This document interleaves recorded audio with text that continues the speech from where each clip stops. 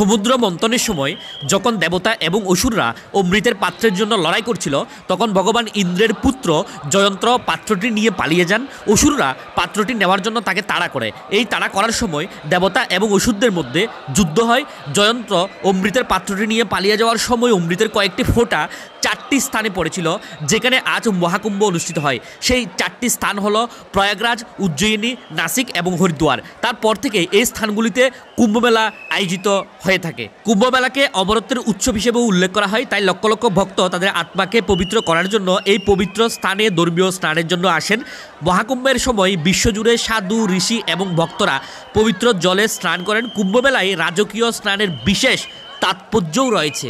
মহাকুম্ভের ইতিহাস অত্যন্ত প্রাচীন। কিছু ধর্মগ্রন্থ অনুসারে আদি শঙ্করাচার্য কর্তৃক প্রবর্তিত সত্যযুগে প্রথম কুম্ভমেলা অনুষ্ঠিত হয়েছিল বলে বিশ্বাস করা হয়।